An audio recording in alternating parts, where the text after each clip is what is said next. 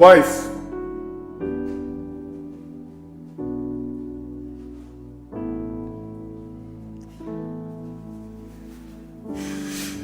Umeshinda hapa toka asubuhi. Na ndogo yuko hapa ni mgonjwa. Hata kunipigia simu unashindwa. Mimi nimekuwa mlezi mdogo wako. Nimekuwa mfanyakazi wenu. Mdogo wako ni jukumu lako, si jukumu langu. Kumbuka, kila kitu hapa ndani ni cha kwangu. Veronica, hata kama kila kitu ni chako hapa ndani, lakini kumbuka huyo ni mgonjwa. Lilikuwa ni swala tu la kunipigia simu na kunijulisha hali yake ili nijue tunampeleka hospitali au tunamletea dawa. Sasa mambo yote yanatoka wapi mpenzi? Kumbuka jambo moja. Sio mimi niliyomtoa kule kijijini na kumleta hapa mjini. Hivi wiki mbili bado hazijaisha?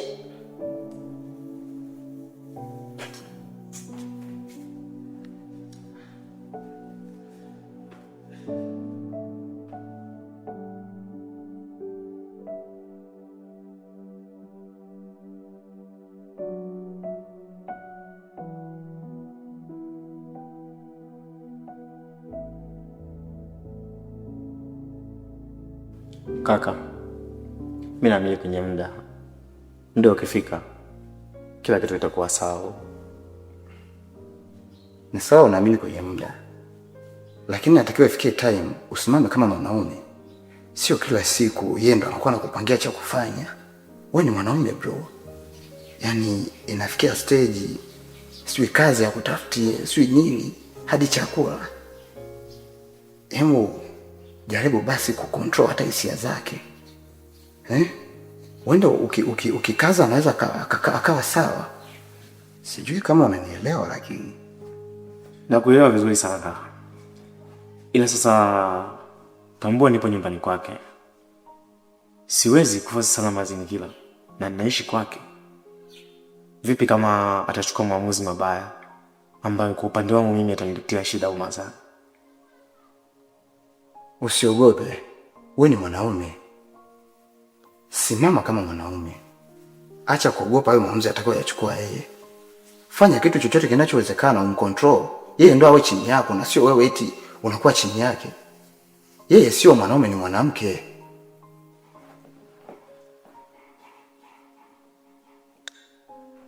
Sawa kaka, nimekuelewa vizuri sana. Nitajitahidi sana kuzingatia hayo unaoniambia. Na ukizingatia, nampenda sana Veronica. Katika hii dunia sijaona mwanamke kama yule kaka. Nampenda vibaya mno. Nitajitahidi kadri ya uwezo wangu kuhakikisha Veronica anakuwa chini yangu na sio mimi kuwa chini ya Veronica. Kaka, nashukuru sana kwa ushauri wako. Sawa. Itakuwa vizuri. Na huo ndo wanaume kaka.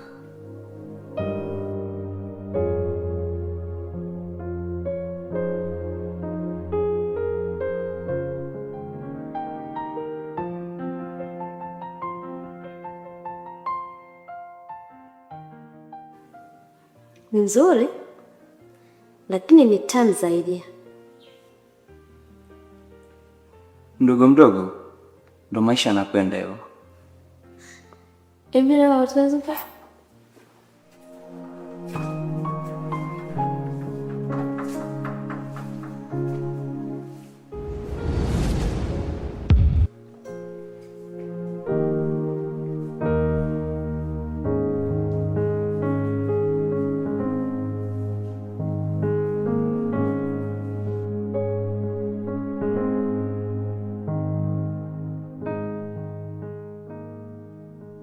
Lafa, mara mwisho nimekwambia nini? Zeli, mbona kama nimekupanda kichwani? Siongea mwenye mbwa, naongea na mbwa. Lafa, mara mwisho nilikwambia nini? Zeli, mbona kama mnipangia masharti kwenye nyumba yangu? Hivi, unapataje ujasiri wa kuongea kwenye vitu vyangu?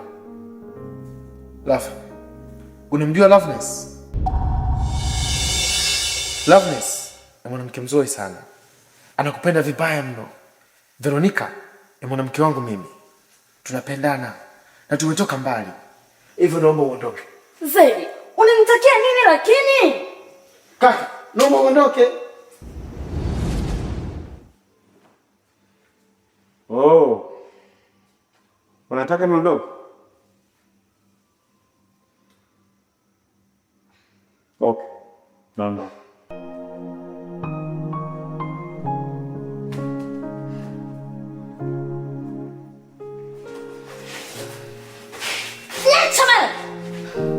Hapa utoki wala hapa sikuachi. Niache. Nahisi nimezamisha meli, furaha imekwenda na upepo. Yule niliyempenda kweli ameniachia maumivu.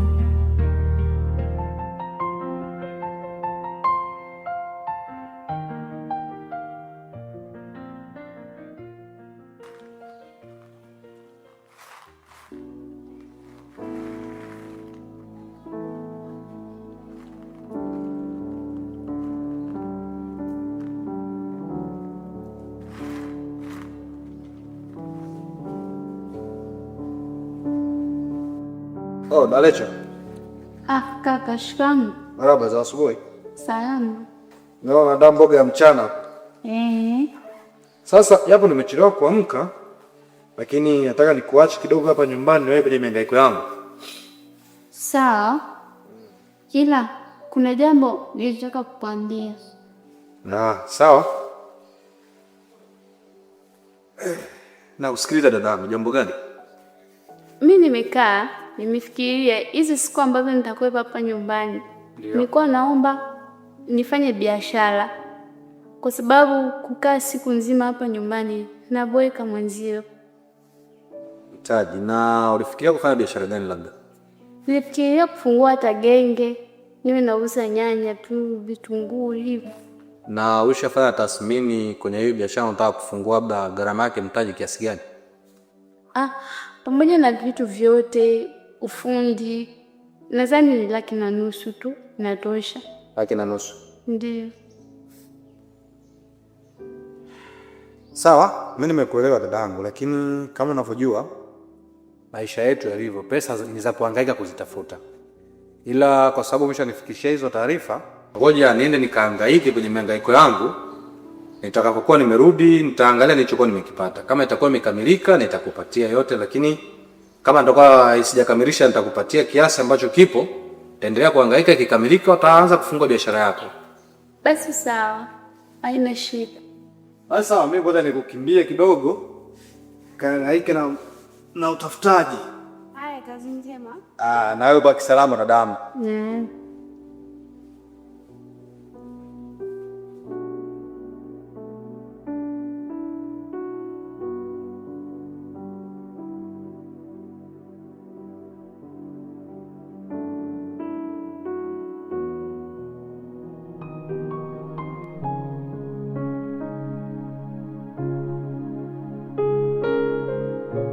Piero, mimi ni binti na wewe ni mpenzi wangu na naamini unanipenda sana.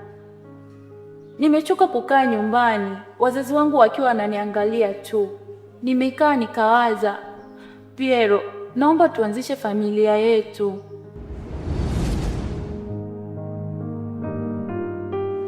Umewaza vizuri kulingana na mihemko yako. Vipi? Umewaza kuhusu mimi? Piero, niwaze nini kuhusu wewe? Au mwenzangu unipendi? Au nadhani mimi siwezi kuwa mama mwenye nyumba yako? Angel, naona unajipitisha, unajibibisha. Nje mimi siwezi kuwa na wewe. Yaani tukija kiuhalisia, wewe sio vitu vyangu. Mimi na vitu vyangu. Sawa? Na kuhusu wewe kwa mke wangu, hilo sahau, unajisumbua. Nateseka sababu ya upendo na nitakufa sababu ya upendo. Nahisi nimezamisha meli, furaha imekwenda na upepo. Yule niliyempenda kweli ameniachia maumivu.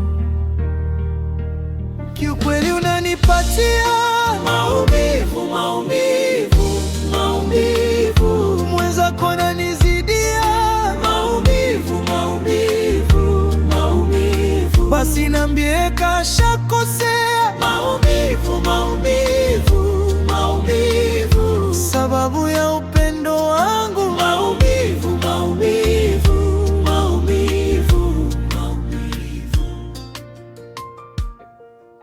Kaka, hivi unawezaje kukaa bila mwanamke? Mbona ni kama anataka kunishinda? Ni kawaida kaka. Sema kama ulizoea. Hapo ndo inapokuwa kazi. Japo mtoto ni lengo langu, ila kuwa na mke kuna umuhimu wake. Kwa hiyo unataka kusemaje Mr. Poka? Mimi nataka kumrudisha mke wangu, nikae naye. Au wewe unasemaje? Ni jambo la heri na jambo zuri la kumpendeza Mungu. Utakuwa umefanya vizuri Mr. Poka.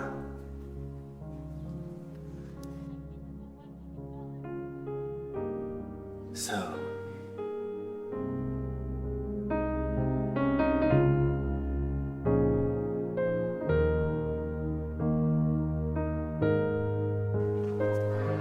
Andrew.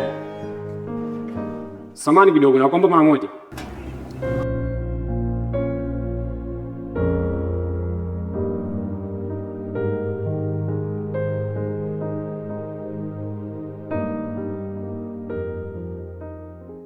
Mambo Angel. Poa. Naendeleaje? Kama unavyoona.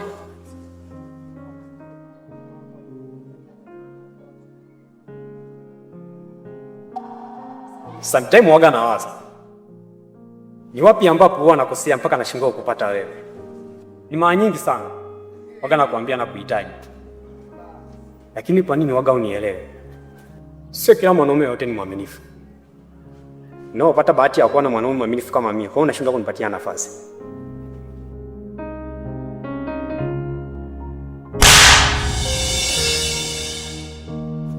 Hivi wewe Daudi unaichukuliaje? Wanaume wote ni mbwa, tena hamna akili.